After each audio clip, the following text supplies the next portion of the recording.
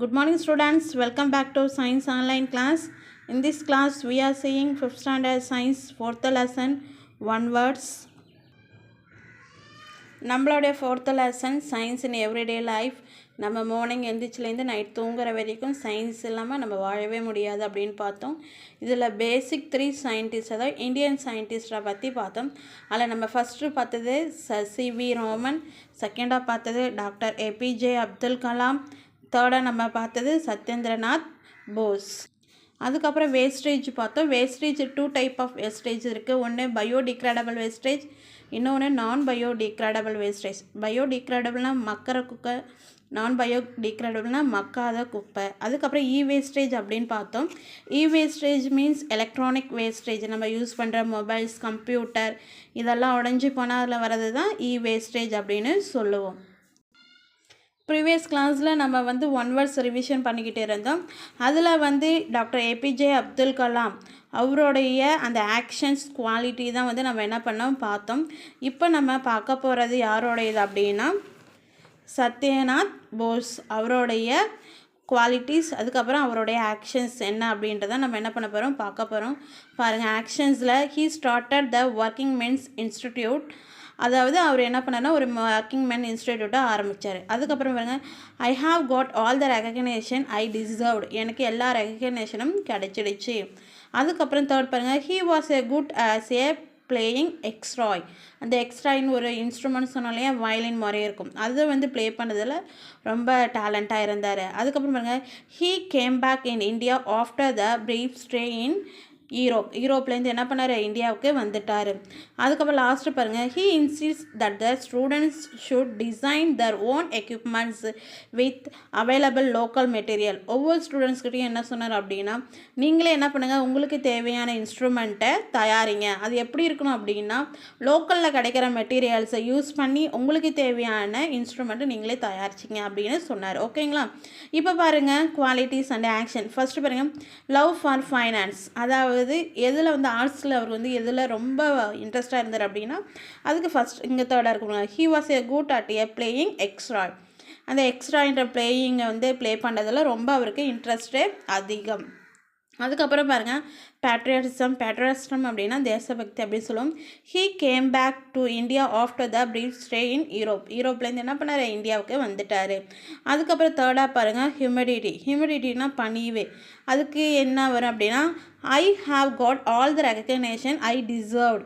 எனக்கு கிடைக்க வேண்டிய எல்லா ரெகக்னேஷனும் கிடைச்சிருச்சு. அதாவது அவருக்கு எந்த ஒரு நோபல் ப்ரைஸும் கொடுக்கல, ஆனால் அவர் தியரியை வச்சு பேஸ் பண்ணி கண்டுபிடிச்சவங்களுக்குலாம் நோபல் ப்ரைஸ் கொடுத்தாங்க.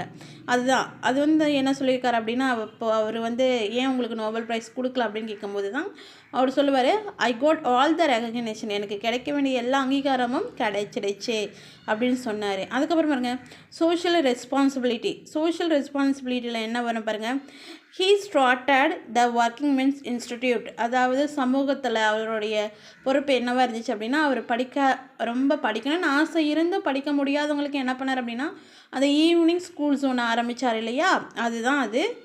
ஓகேங்களா? அதுக்கப்புறம் லாஸ்ட்டு பாருங்கள், குட் டீச்சர். அவர் ஒரு நல்ல டீச்சர் என்ன பண்ணார், he insisted that student should design their own equipments with available local material.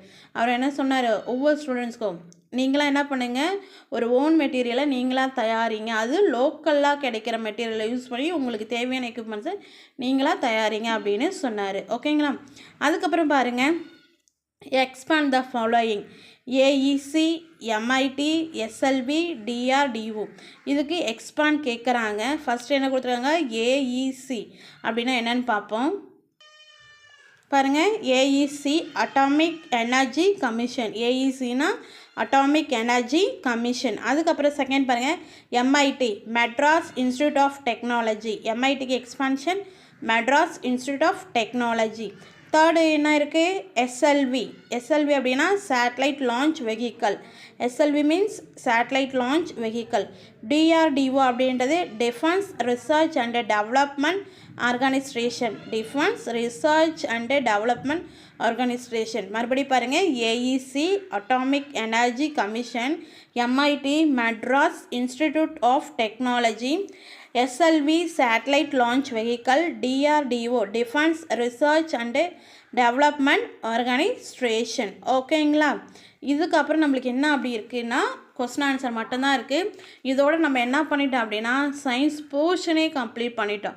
சயின்ஸில் இருந்த 4 லெசன் என்ன பண்ணிட்டோம், கம்ப்ளீட் பண்ணிட்டோம்.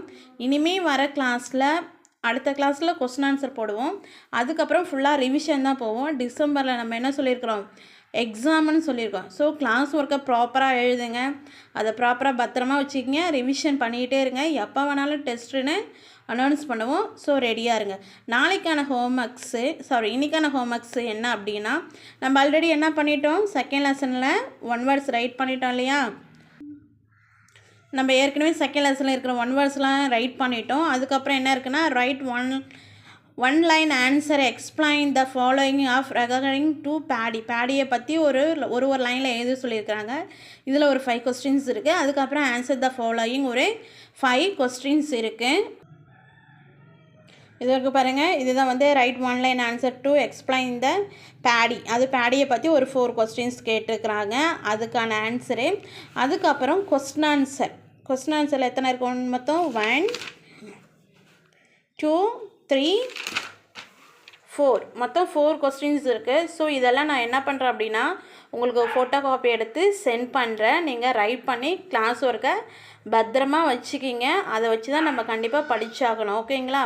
Thank you students. We will continue in next class.